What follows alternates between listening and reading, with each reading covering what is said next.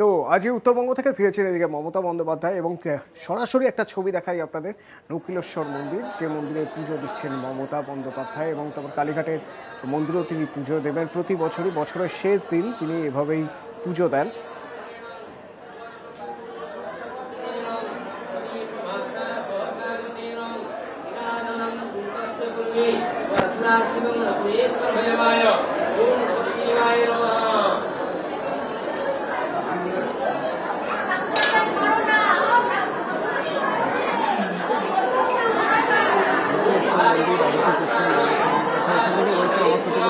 অভিজিতের সঙ্গে একবার কথা বলবো। অভিজিৎ, আর কারা রয়েছেন এবং এখান থেকে কালীঘাট মন্দিরে সম্ভবত পুজো দিতে যাবেন মমতা বন্দ্যোপাধ্যায়, তাই তো?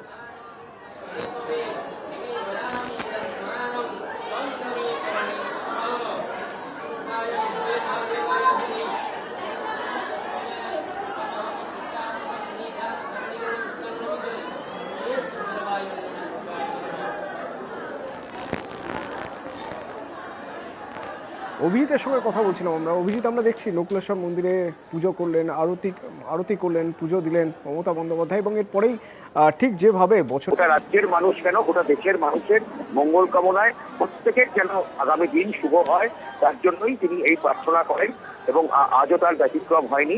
মমতা বন্দ্যোপাধ্যায় কিছুক্ষণ আগেই এই কালীঘাট নকুলেশ্বর মন্দিরে এসেছেন এবং সেখানে তিনি পুজো দিয়েছেন, আরতি করেছেন এবং এরপর তিনি সরাসরি কালীঘাট মন্দিরে আসবেন। আমরা সরাসরি সেই ছবি দেখছি। ধন্যবাদ অভিজিৎ।